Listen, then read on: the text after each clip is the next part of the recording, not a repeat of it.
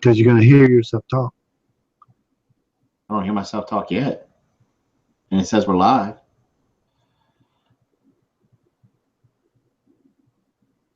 Man, you gotta be kidding me.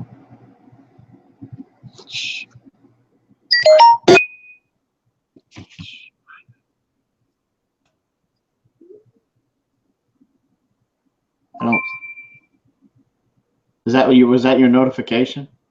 No, that's actually Brad Full Spectrum says. It said 10 minutes ago. He said, so you're live and you made it public, right? Yeah. So let me see if I can find it on. We'll start the show if you're live. I don't see anybody coming in. It shows it live. It shows it live? Yeah.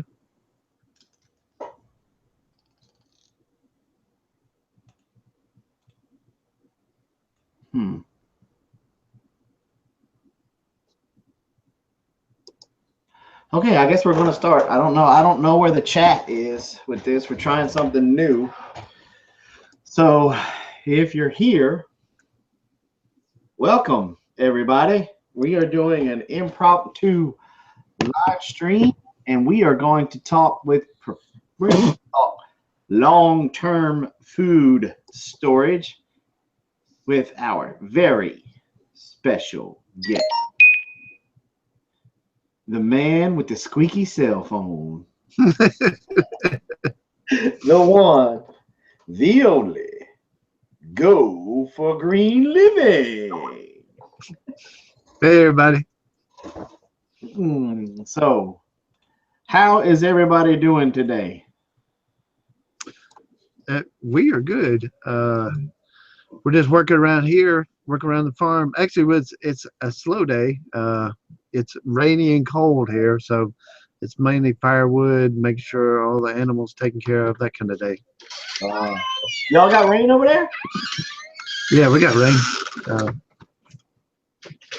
rain. We're just really overcast here, and just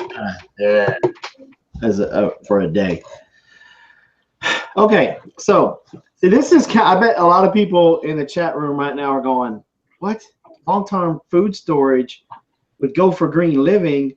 Wait a minute, that's the aquaponics dude. What does this guy know about long-term food storage? Man, Big Bear, you're pulling our leg. Y'all just want to get on Hangouts and just hang out and chat and make up stuff. But what people don't know about you, man, is I heard you got quite an impressive long-term food storage thing going on over there.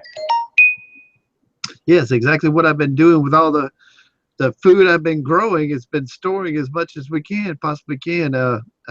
We are preparing for, I mean, when we put up food, we put up food for the entire year. And somebody's just loving texting me right now. So turn the volume down. Yeah, so everybody sees you. So we were sitting there talking, everybody was seeing us. So Brad at Full Spectrum was seeing it. So but anyway, so homesteaders are preppers, because we are prepping for the full year. So when we put up food, we put up food for the full year. So but we might have a little bit more here or there, A little bit more. Now, I remember you saying in your greenhouse, you guys are able to grow just a crazy amount of food. And I know, I mean, looking at you, I know you don't eat it all because you like that big around. Yeah, I wish. Well, compared to me, you're like a pencil. So, I mean, you're not going to the store and buying 100 pounds of beans. You guys are literally growing these beans, harvesting these beans, and then putting these beans up. Are you just canning everything, or what are you using to put this food up? We dry most everything, but we do canning. I mean, because drying, you only lose how much percentage of the nutrients? 3%. 3% of the nutrients when you dry something, but when you can it, you're losing 60-70% of the nutrients in it. So the canned foods that you buy at the grocery store, you only get 1% nutrition from. yeah, you only get 1% nutrition from the canned food you buy there. And don't think for a moment that we don't go to the grocery store, because we do, because we can't grow enough flour, we can't grow enough beets to make our own sugar. We don't have tea trees, so we need tea for our sweet tea, you know, because me and you are big sweet tea lovers here. Amen, I haven't been brother. drinking Amen. sweet tea. Yeah, so we're both sweet tea lovers, so we can't produce that yet. We are working on it, but we're growing enough stevia this year. I have tons of stevia plants, so we're going to have plenty of sugar this year. So, but yeah, we have a lot of stored rice. We can't grow enough rice. I would love to see me growing a rice paddy, you know, with aquaponics. I mean, I really think that would work. But it's going to be an investment that, you know, that will come one day. But just taking a section of the greenhouse and making it a rice paddy, you know. So I'm glad you said in the aquaponics, because my mind went straight to my time overseas when I spent time in Cambodia and Vietnam doing little operations, and you seen the little Vietnamese women out there with the big hats picking in the rice fields. I could just imagine you wearing that big honking hat with your pants rolled up to your knees, picking rice. I have one of those hats. I mean, I do use it too. It gets hot here, and it gets hot in the greenhouse. So, you know, I have to work in the greenhouse every day. I have to do, you know, you have to do that stuff, and that's my greenhouse hat. And it's a big thing that covers me in shade, and actually it helps a lot in temperature. So now you said stevia. I know here at my place, the biggest complaint with stevia is the bitter aftertaste that it leaves. Is that just I think I heard you talking about this before, and you said that is just one of the types of stevia, that there's different types of stevia and some of them don't have such a bitter aftertaste, or is that just something you just gotta go suck it up, buttercup kind of thing? Well, it depends on how you process it. Truthfully, how young you harvest the leaves. You have stevia plants, right? Mm-hmm. Yes. Okay. Yeah, you harvest the leaves a little smaller, they won't be bitter. So it gets rid of that bitter flavor. If you wait till the leaves get big as they possibly can, of course it's going to be bitter, you know. So just harvest it. I always take the tips. I dry them out and then process them, and the stem and all of the tips. And actually what it'll do, it'll branch out there and become bigger bush, better bush. And, you know, so you get more produce, you know, so you're just topping the plants all the time. So you're just taking the tops off then? Yeah. And you're drying these out. Are you like crushing it up to be like sugar, or you just throwing leaves in your tea? I'm crushing it. I'm pulverizing it. I don't know if you've ever seen my videos on when we did the lamb's quarter, we put it through a coffee grinder. Yes. And a fine powder, and then that goes in my tea. So, you know, or coffee. So now, speaking of that video, don't you also use that lamb's quarter as like a flour substitute? Don't you use that to make pancakes and stuff like that? Yes, I do. So it's a filler. Now I don't use it totally, but it's a filler to, you know, to give you the nutrients you need, but then you also still using some of the ingredients to make it. So, but the pancakes, we had people try them, and they're the best pancakes I ever had. So yeah. Now, for those of our viewers that don't know, lamb's quarters is a wild vegetable, correct?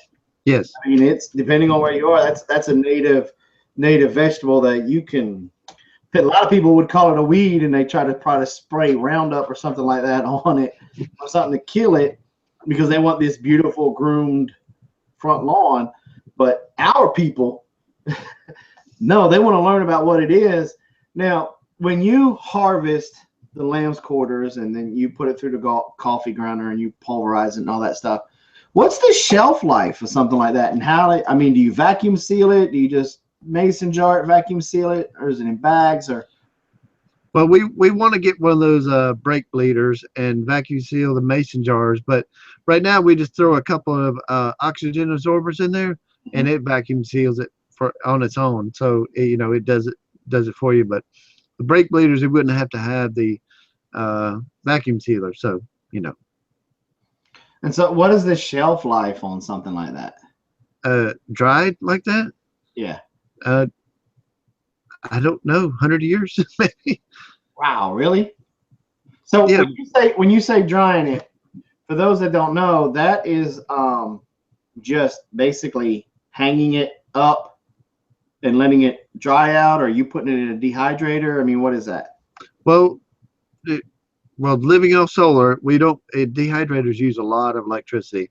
What we do is we have an upper part of the greenhouse. We take in the walkway in the back of the greenhouse. I know I've shown everybody that 100 times, but we take screens up there and we lay these screens across it, and just it's the hottest part of the greenhouse, so they dry out there. And it usually takes about a day, day and a half to dry out good. The leaves.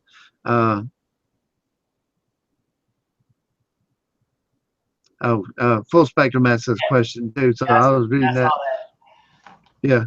They also were buffering real bad, but it doesn't show it on my end, so I don't know. This is the first time I've done a Google Hangout, so at least where I was running it, so I don't know what's going on.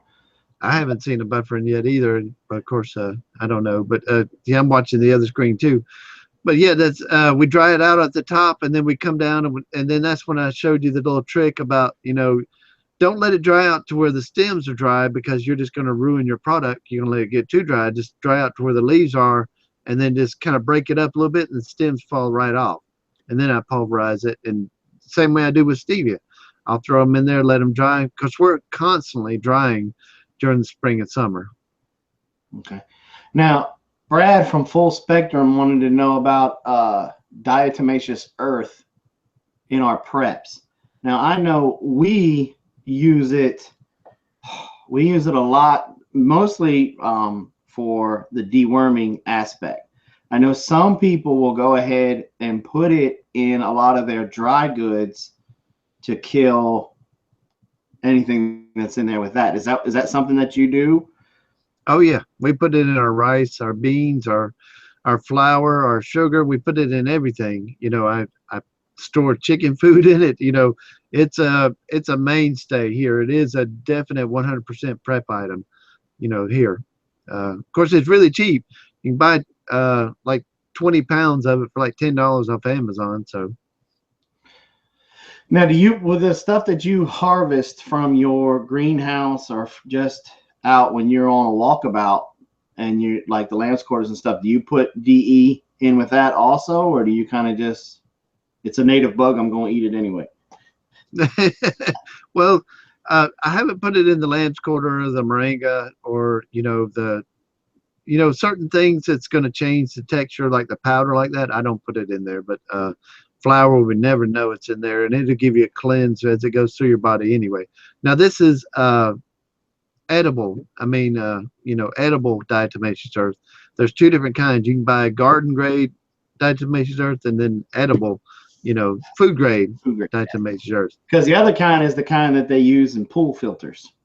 Yes, yeah, and for your garden and that kind of stuff, and hey Teresa. Yeah, so diatomaceous earth is a staple here. You couldn't put away 50 pounds of rice without it, in my personal opinion. Now, with your long-term food storage, which technique of putting your food up do you would say that you use more? Do you dehydrate? Do you can? Do you just dry your stuff? Do you smoke any meat? Do you salt it? What do you guys do down there in old Alabama?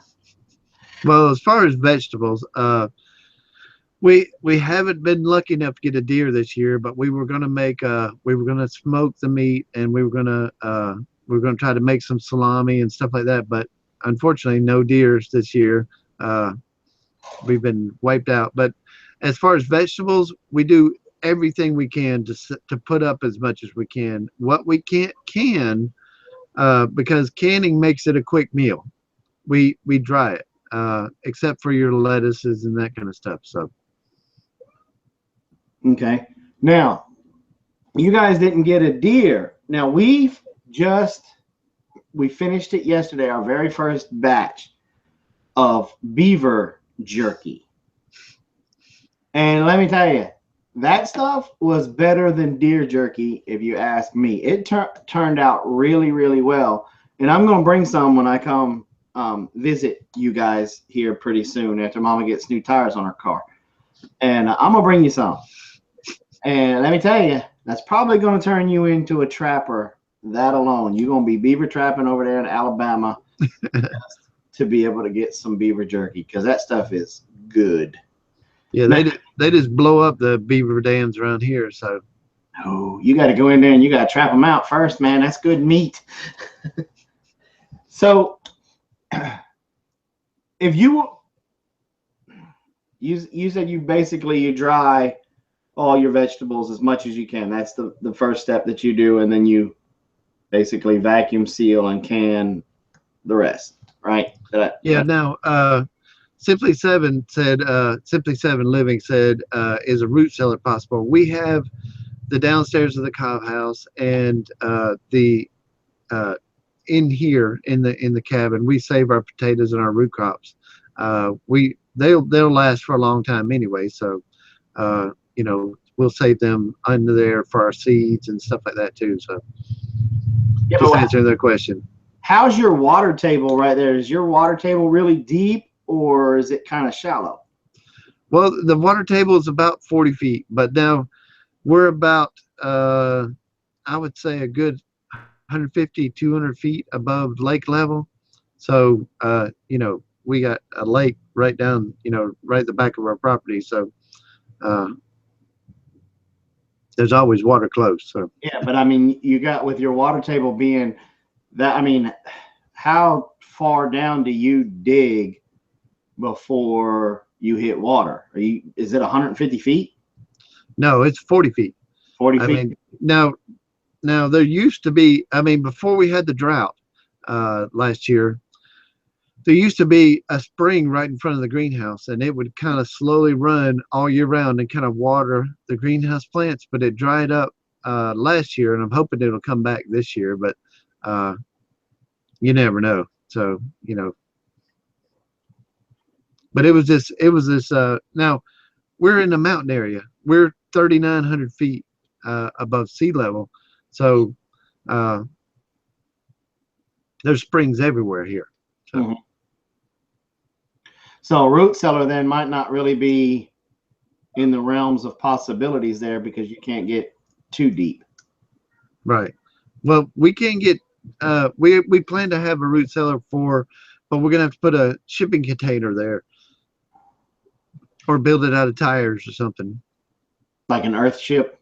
Yeah, like an earth ship, something that would be waterproof to keep it from, leaking water. So, because when it rains, it's gonna leak water. So with you guys not, how do you regulate your temperatures for your long-term food storage items? Because you can't let them get too hot, and you can't let them get too cold. And with not having a root cellar right now, how do you go about keeping them cool? Technically, we have a root cellar with the cob house.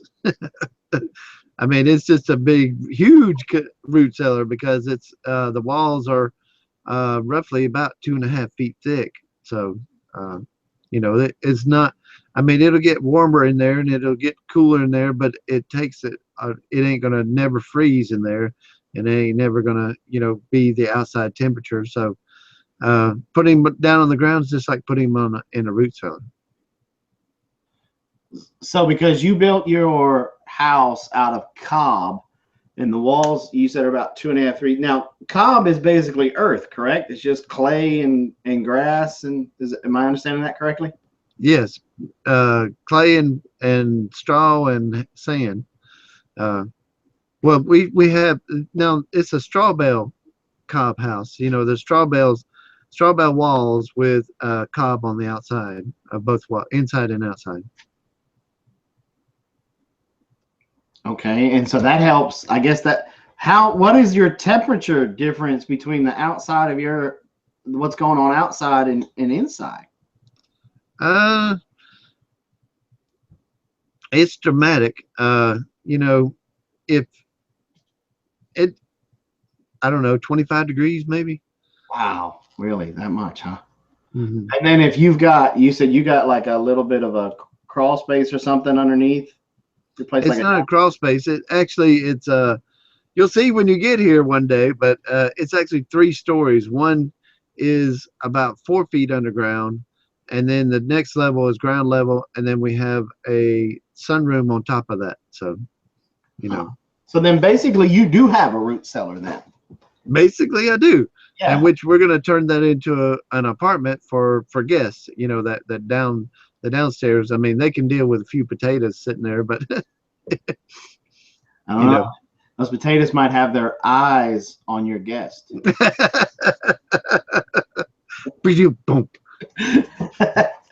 So how important do you feel it is for people to have a long-term food storage? Well, it's your dependency on okay.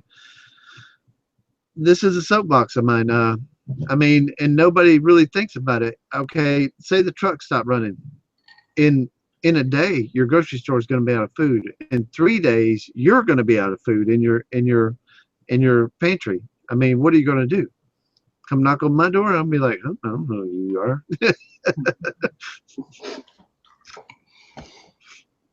I was kidding. I plan on helping people and feeding people, so that was a joke. So that's one reason we grow such a big greenhouse and try to put up so much and give away so much food. What? I said it looks like they didn't like my eyes joke.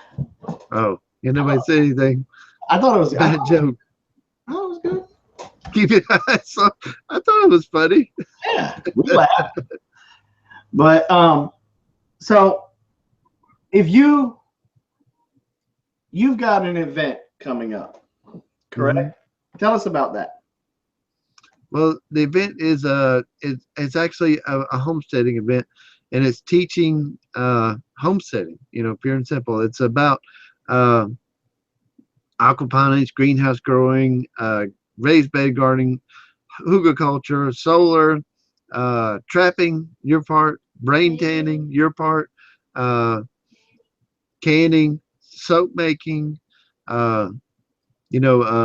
survival, in the wilderness, bushcrafting, that's full spectrum side of that, bow drill, that's full spectrum, all this stuff that you're going to be able to do, that you need information you need to know, maybe we can get Josh to do a little hunting class for us, and we'll have a hunting class. And so, I could even use some hunting practices, but survival and preparedness, full spectrum just said. Yeah, survival and preparedness. I was gonna say, I don't know, Josh, the only thing I heard Josh got this year was a possum.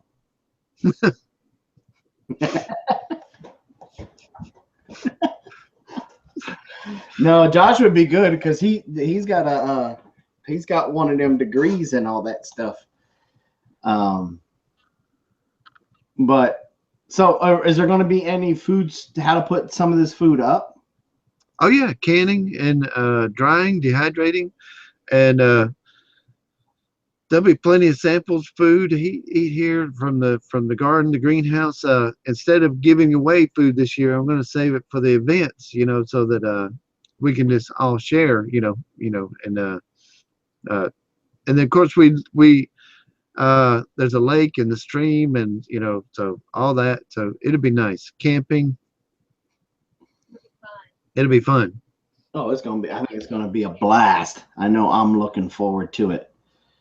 Full Spectrum just said, let's do a TP smokehouse. That would be awesome, and smoke some meat and veg. Yeah, I agree 100%. Yeah, I got some food on demand chickens, roosters out there that could definitely need to be smoked. And maybe I can talk Robin and we can come down earlier, and maybe I can set some beaver traps, and maybe we can catch a beaver or two and smoke them. Yeah, I thought about trying to rent a pontoon boat and be able to take people out, you know, a little tour of the lake and all that. That'd be pretty awesome. It's a second cleanest lake in the United States. So What lake is it? Lake Wadawi. Never heard of it. Just saying, I never heard of it. Never heard of it, but hey, you know, you never heard of it. But it don't matter. It's here and it's big and it's beautiful and it's there's only 800 people in our town, so you're not going to be running into a bunch of people. So, How many game wardens? now that they got plenty of. So, They got a game warden for every person. yeah, just about. Yeah. I don't know. I was kidding. I just see them on their boats come zooming by. You know, bow fishing is fun. Simply 7 Living said bow fishing is fun. I have an arrow from bow fishing, and I actually have a bow, but for some reason I bought the wrong size bowstring because I didn't know how to measure a bow properly. But I'll get a new bowstring for that. That's why I always let the guy at the store do it, because I don't know how I know I'd mess it up. You mess it up. Well, I mean, somebody told me 3 inches from the length of the 3 inches less than the length of the longbow. So I did that, but then you got to go count the curve around. You measure from that, and then you go down around. So I actually got it 2 inches too long. The Full Spectrum wants to know if I'm going to be bringing pelts for people to get. Well, my initial thing was, are you guys? Well, I guess the question is that barter auction thing still going to go down, or? Yeah, well, I don't see why not. Yeah, because I was going to bring some pelts for that, because I mean, fur's worth a good chunk of money, you know. So I think, but to answer Brad's thing, yeah, I'm going to be bringing some pelts to do. I'm probably, I'm a little, to be honest with you, I'm a little nervous about doing the brain tanning there because of all of the diseases and stuff that's been going rampant up and around dealing with the brains. But I may bring some alum to just do some alum tanning and maybe have some in different stages. But I don't know. I haven't quite made up my mind about that one yet, but I'll probably bring some dried hides and some hides that are already tanned and maybe some that are in different stages. Cause it's what, a 3-day event, 4-day event? Yeah. 4-day event. Well, Thursday's a meet and greet, everybody camp and, you know, have a big bonfire and we just sit around and laugh and joke and get to know each other. So kind of thing. So, it'll be good, you know, because you'll be sitting with a lot of your YouTubers out here. So for other people coming, you know, so it'll be you'll be sitting around with them, you know. So like sitting around with Big Bear, wouldn't that be awesome? Around the fire. Hey, I've done that before. Hey, who all is coming? I mean, let's plug. Who all is coming? This event. Well, we got you. For this is for sure. I don't want to say any names. You, Simply 7 Living, Full Spectrum Survival, and American Homestead. Off Grid with Doug and Stacy is a 90% because I haven't heard back from him. You know, so there's no guarantees. I don't want to speak for him, so I hope he comes. But you know, but we're still going to try to get some other people in there. Cool. I've been trying to hint around to get Ricky Wallace to give you a call so he can come up and do some knife making stuff. I think we both need to bombard him and just bully him into coming. Where does he live at? He lives in Florida. I think Florida? Yeah, he's not that far from us. That ain't that far, Trip. He needs to come up and do some knife working up here. I think what we need to do is just tell him that if he doesn't come, we'll start a rumor that he hasn't changed his underwear in like a year. I think that'll make him come. Yeah, Full Spectrum said that we hope Off-Grid Douglas Stacy, J.J. Akers, Ottoman Farms maybe, and a few other specialty teachers. So we're hoping anyway. So, and maybe I talked to Gardening with Puppies. I don't know if anybody knows who that is, but she said just remind her close to the event and she'll come. So she's got a homestead over there in Blue Ridge, Georgia, close to my dad. Blue Ridge, Georgia. Well, that's awesome. So before we close out, when it comes to long-term food storage, besides telling people to do it, what would be your number one tip? What's the number one tip that, let me rephrase. Let's pretend you're talking to some Joe Schmuckatelli off of the street, and he knows zero about food storage. He's never dehydrated anything. He's never canned anything. And he's got some food that he wants to put up. He's a first-time homesteader. He just harvesting in his garden. Which technique would you suggest to this greenhorn on how to do it so he wouldn't mess it up and he wouldn't kill himself when he ate it 6 months from now? That's difficult. I would tell him to take our classes. You know, that would be the first thing I do. But then dehydrated, you can't go wrong if you buy a dehydrator. You know, now sun-dried. You know, he could sun-dry tomatoes. We sun-dry tons of tomatoes, but canning is an option, but it takes practice and learning to do canning. So so I'm saying dehydrate would be the best thing you can do. And if you want to dehydrate, without a dehydrator, it's probably best to do it inside your car or a greenhouse if you have one. She had to put, this is her area, so she should have been one to be in the interview. Like, I would say 90% of people have screens on their windows, and you can take those screens off and put your food up and then stack it in like your back window of your car, or it's better the back or the front windshield. So what you're saying, let me see if I understand you correctly. If an EMP happened and my wife just happened to be at the house, and so I could take her little Prius and turn it into a big honking dehydrator? Yep. Yes. With some screen, I would put some screen. And if you're dehydrating tomatoes, you definitely want to put some probably plastic down underneath, like a Walmart bag or something like that, so the juices don't leak down. Tomatoes. EMP, I'm not going to care about the juices anymore in that car. Well, yeah. Tomatoes are messy. Yeah, they're messy. They mess up your screens. You have to clean your screens every time. So. Okay, so for those people that don't know, what's the difference between sun drying and dehydrating? Go ahead. You go ahead. There's not a lot of difference. Now, dehydrating is just a electric way to do it. If you have plenty of power and you're part of the grid, you could just hook up a machine and it'll dehydrate in 36 hours. You do the same thing with the sun. So it's just the same thing. You're just bringing it into the house. Electric dehydrators do it faster than 36 hours.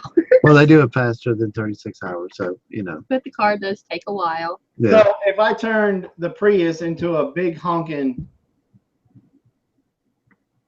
dehydrator, then that would be sun dried, not dehydrated, right? Yeah, right. You could consider that sun dried. Yes. Okay. Yeah, we dry tomatoes in the greenhouse, so they're sun-dried tomatoes. So for those of us who don't have a big honking greenhouse,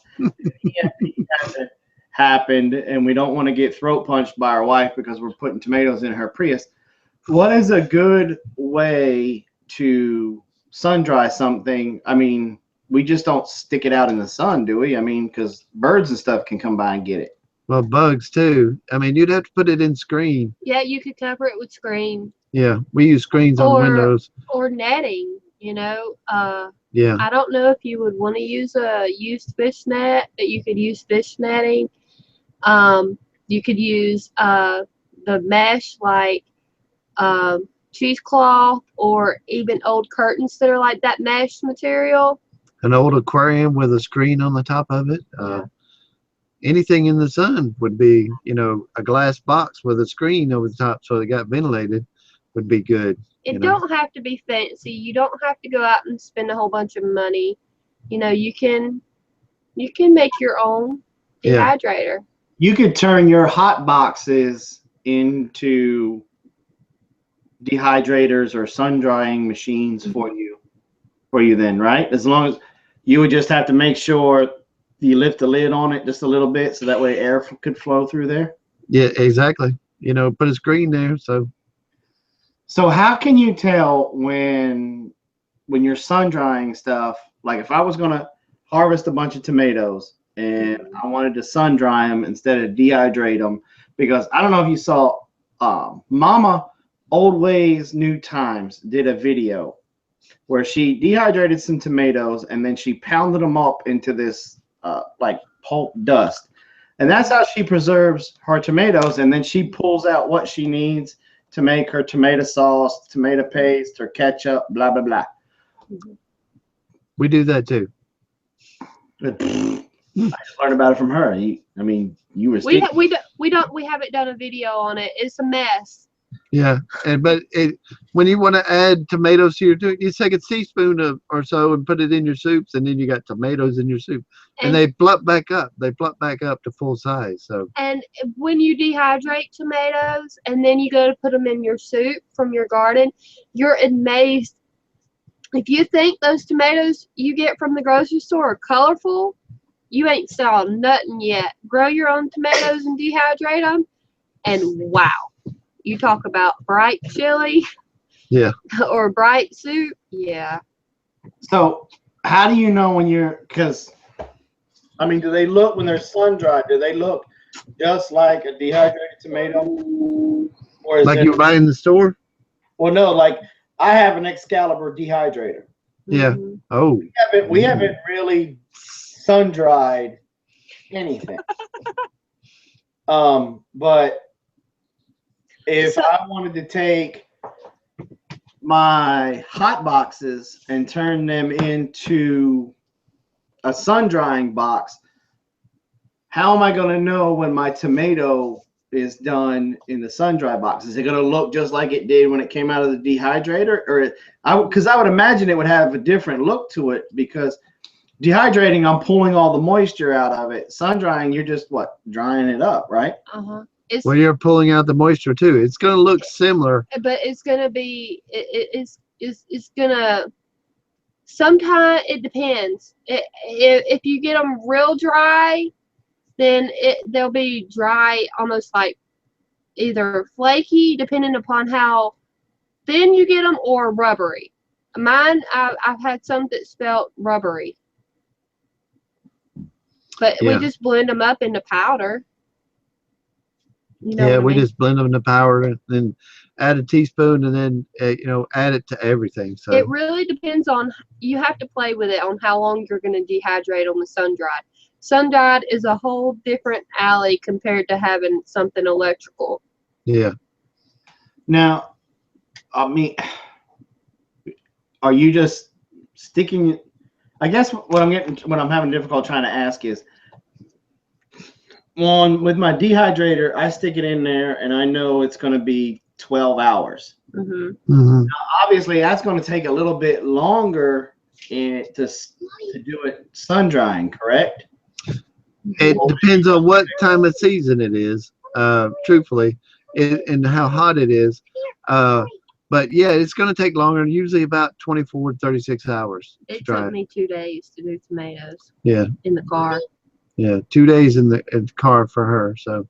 Okay, you just leave them. Now, does it when the sun goes down and we've got nighttime? Does it kind of reverse the process at all a little bit? Do they start to plump back up, or?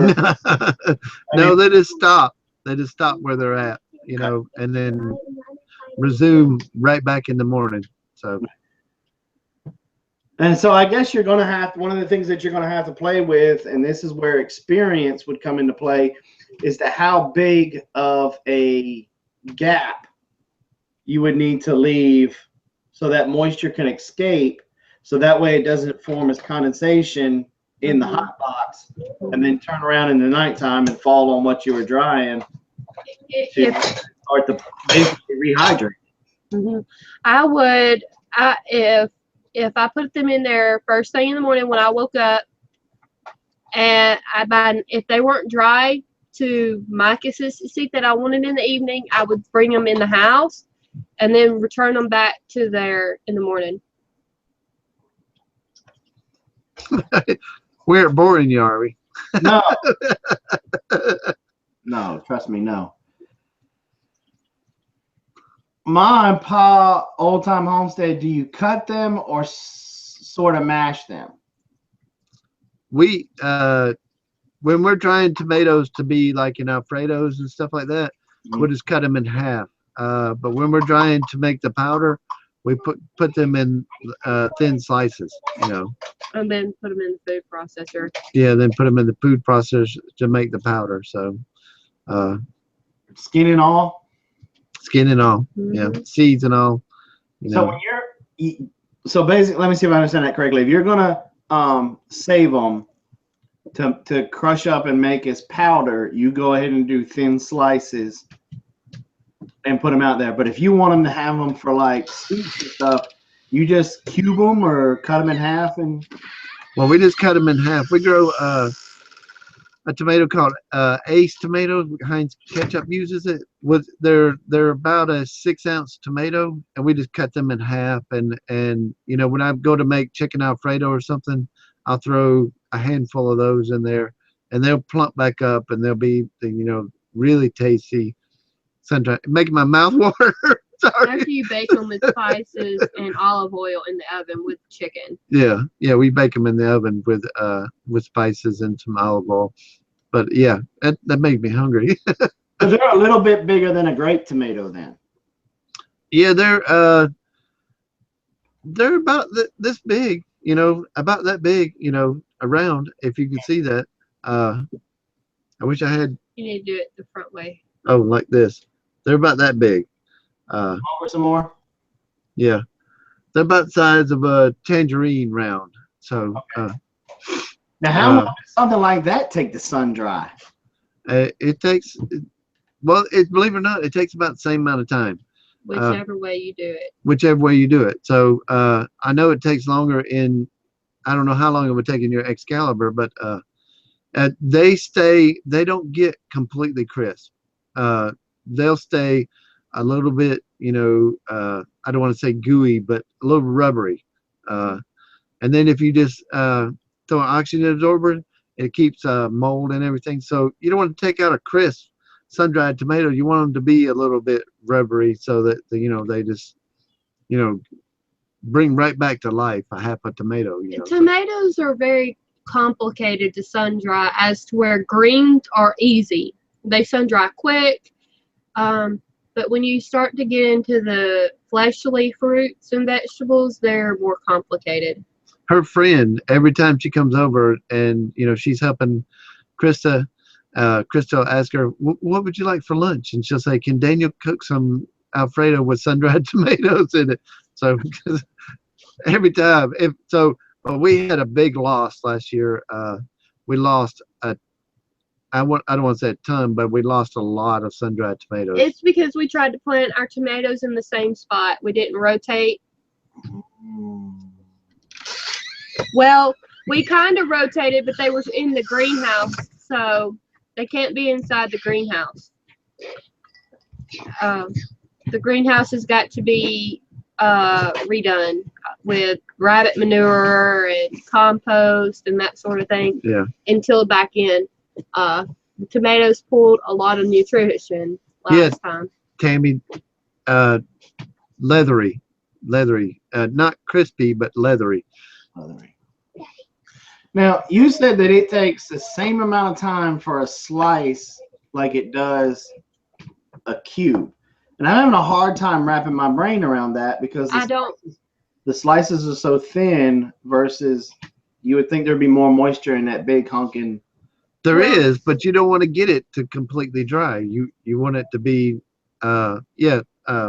if you flip the palatable, slices, leathery. It's not getting completely dry like you would do a slice. You want them to be a little leathery, rubbery. So okay, I see what you're saying. So the half ones you want to have a little bit of moisture still left in them, where the slices you kind of want them completely dehydrated because you're taking the slices and busting them up into the powder. Yes, exactly. Okay, I'm following you now. Okay. Had to go around. Are we complicated? I don't know if complicated would be the right word. Yeah, just jump into our brain and get the answers, and they're there. Yeah. I thought I didn't want people to, I used to tell people you wouldn't last 5 minutes in my head. So you guys have a very impressive long-term food storage, and it's mostly because of you are harvesting and preserving what you grow on your homestead. I like that how she was like nicely putting it in there, knowing if it would have been Robin, she'd have been like, "Here, take this." Yeah, she was being nice. Normally she would do that, and but it tickled so much I almost jumped out of the chair. So if I'm a beginning homesteader and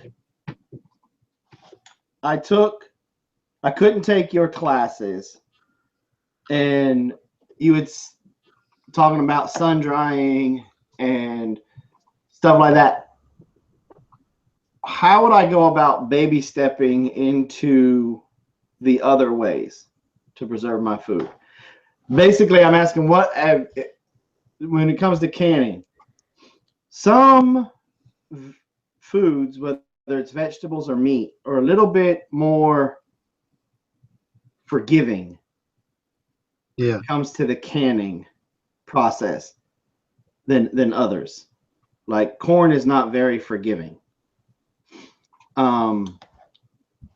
What would you, if you were talking to a first-time canner or a first-time prepper, homesteader, which vegetable would you tell them, okay, it's probably okay to start with this one and not be up at night worrying whether or not they just poison themselves? Well, that definitely would be tomatoes, because you don't even have to pressure can them. You just boil and bath tomatoes or jellies. You can just boil and bath your jellies and that kind of stuff. So that's an easy one.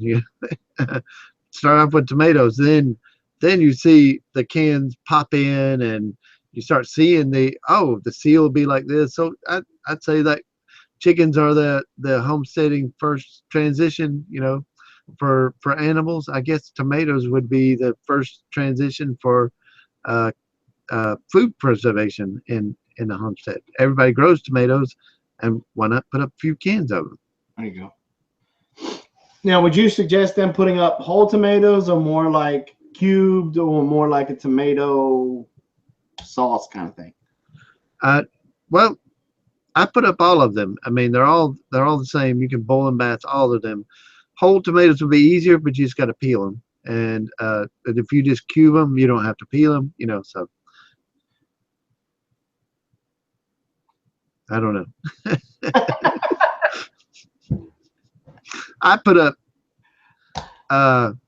30 quarts of salsa every year, and and that's supposed to last me the whole year, but I'm already out. And I got a few more months before springtime.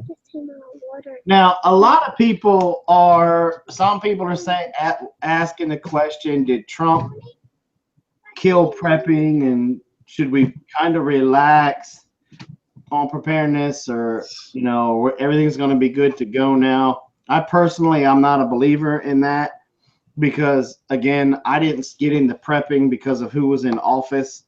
I got into prepping because sometimes life just happens. So do you still, I guess what I'm trying to say is, do you still feel that there is an urgency to put up food? Yes, 100%. Now I have a saying that I've been saying, and it's a religious one. So please, everybody, if I don't want to offend anybody, but the country's not going to be saved no matter who's in office, because it has to repent to be saved. For the Father to come back and make us a great country again, the country needs to repent and stop what they're doing, turn from their sins and repent. And in my eyes, but that's just my opinion. I kind of share that opinion with you. Oh, okay. Yeah, stop killing babies. Stop, never mind. That's a soapbox.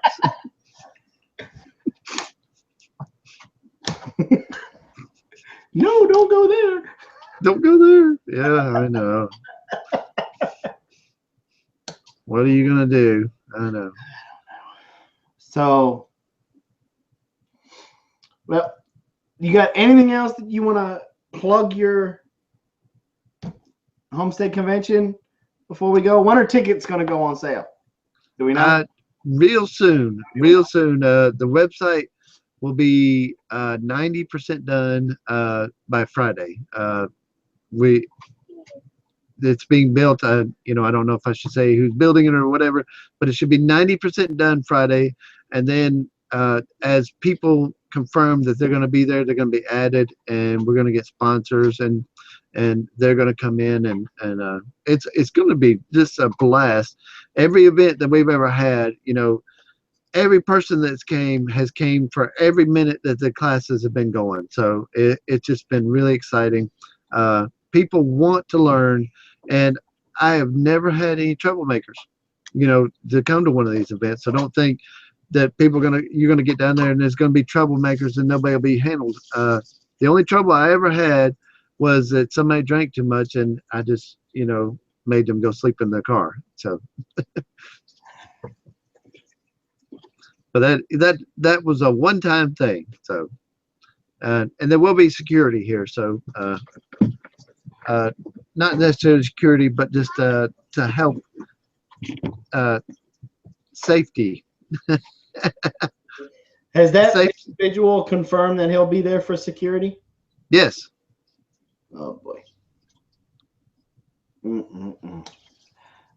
What? I got all kinds of jokes, but I ain't gonna let him out because he's my buddy. He's your buddy. Yeah. Yeah. So my beautiful bride, hello, my beautiful bride, my love of my life, the apple of my eye, the cream in my coffee. She wants to know Friday today or next week Friday. It'll be 90% done. Oh, it is Friday today. I don't know. I don't want to put any pressure on. I mean, this everybody's coming together and they're making this a great event. It's everybody's event. It isn't my event, and I hope everybody knows that it's not my event. This is for everybody, and everybody needs to be blessed by this, not just me.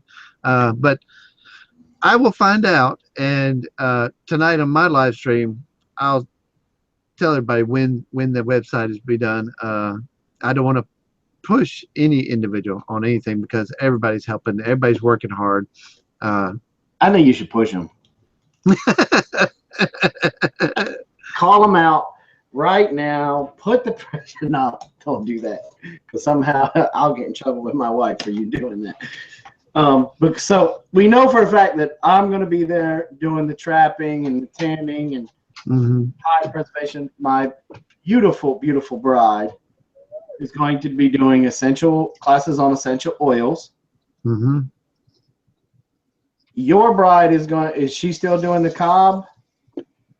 Yeah, my bride will be doing the cob mixing, and we might do.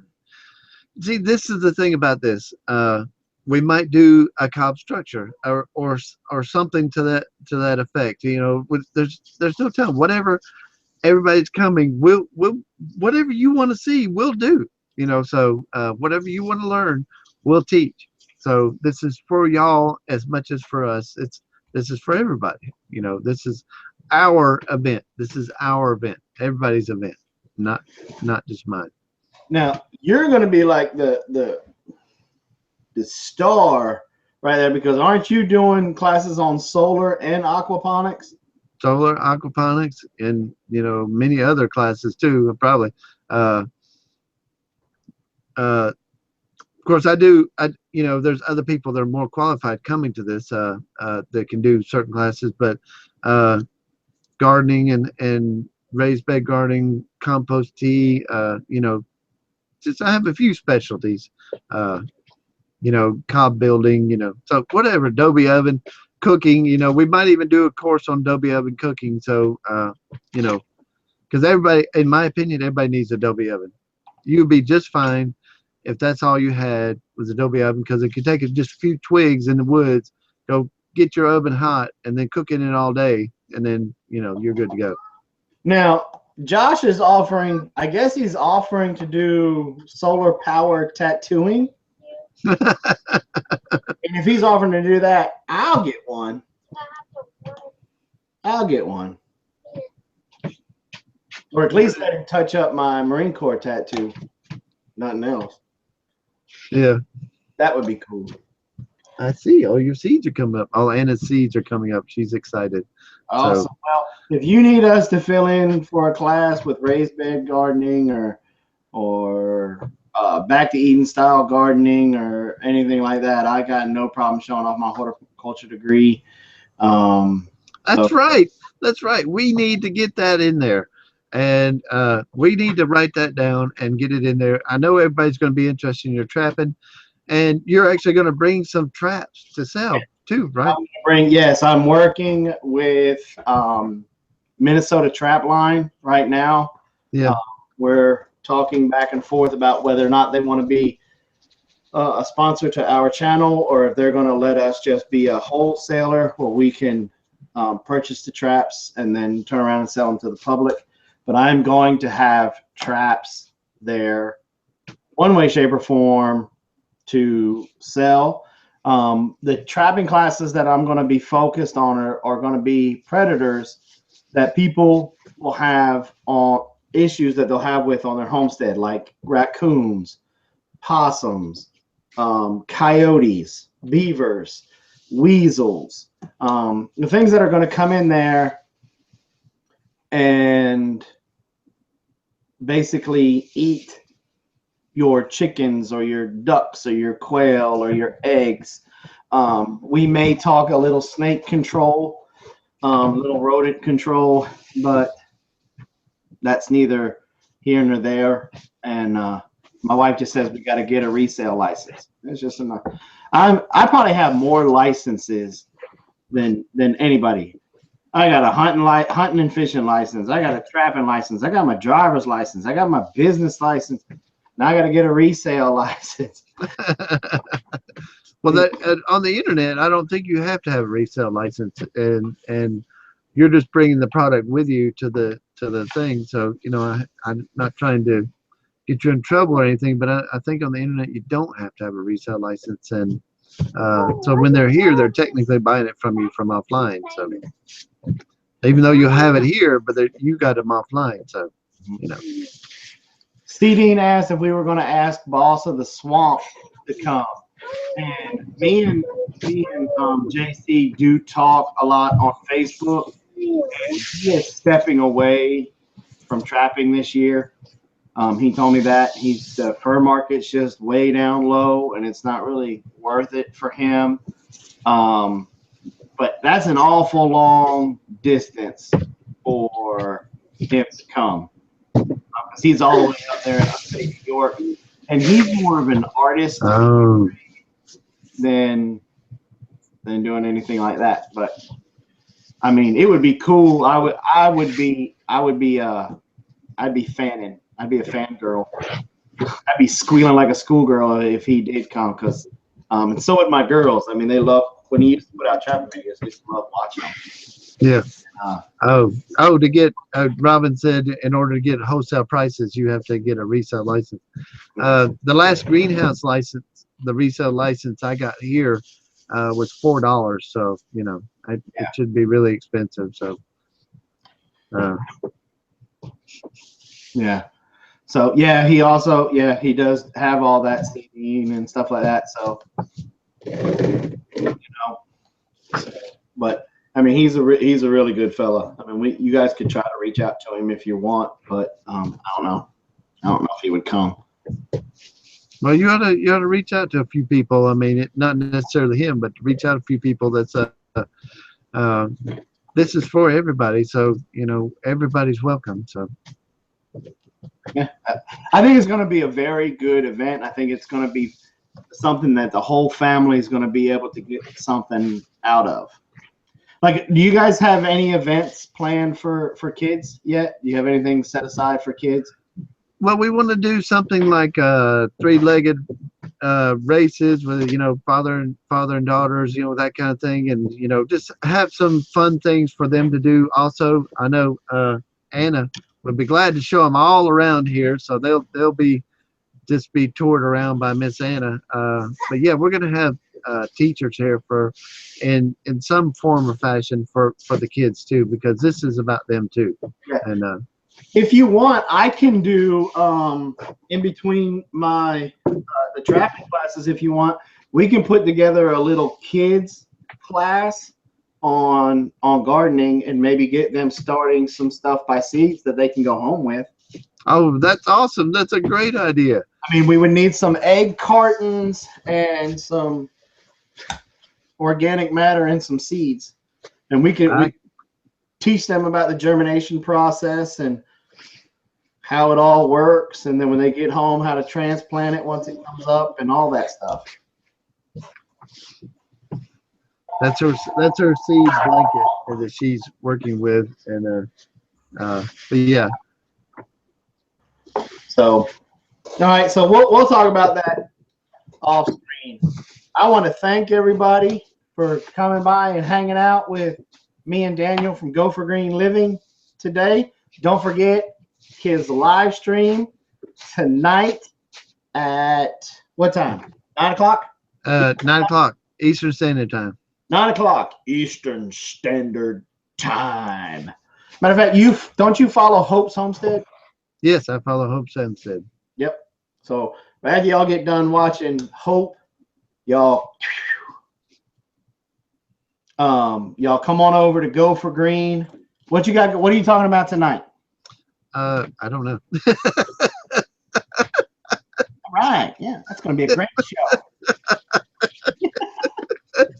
You caught me on the spot.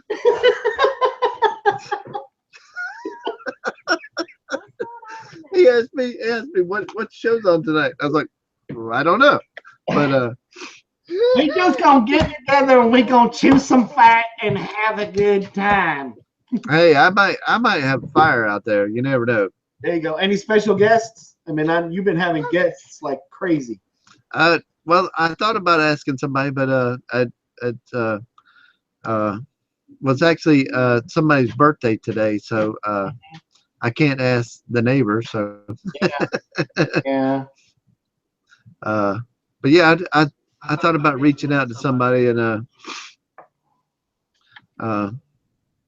like a Simply 7 or something, and see if they were interested in being on the show tonight. But I hear me talking. I hear back, but I know that's going to be awesome. Okay, everybody, don't forget, marking your calendars, June 1st Chris is laughing. through the 4th. The 1st through the 4th, Go for Green is throwing a, what are you calling this thing, man? The Homestead event. Oh, see, we got to make a commercial where that echoes. And if you know me and you watched any of my vlogs, you know how much I love the echo.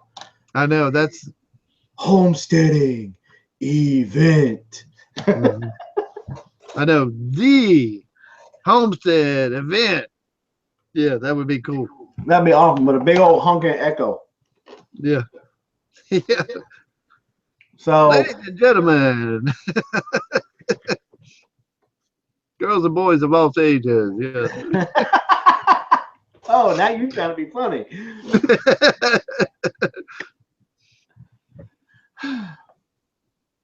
So, don't forget, mark your calendars for the Homestead event the first week in June, June 1st through the 4th. Everybody's welcome. Tickets will be going on sale Soon. Real soon. Real soon. So we know the price of the tickets yet. no, but real soon. Real soon. All right. Yes. Real soon. What do you expect to be at this event? As many that we can fit in the door, CD. Yes, and as many as that can be. Last year's event we had 400. So Nice. So that'll be awesome. So, and don't forget tonight, 9 p.m. Eastern, right after Hope's Homestead, Daniel from Go for Green Living with a surprise topic and maybe a surprise guest. We don't know. we don't know. We don't know. You may be watching a rerun of Abbott and Costello. I know it'll be fun. I know it's hard to when I have guests, we always end up laughing. So Daniel doesn't know. Bandana Grandma.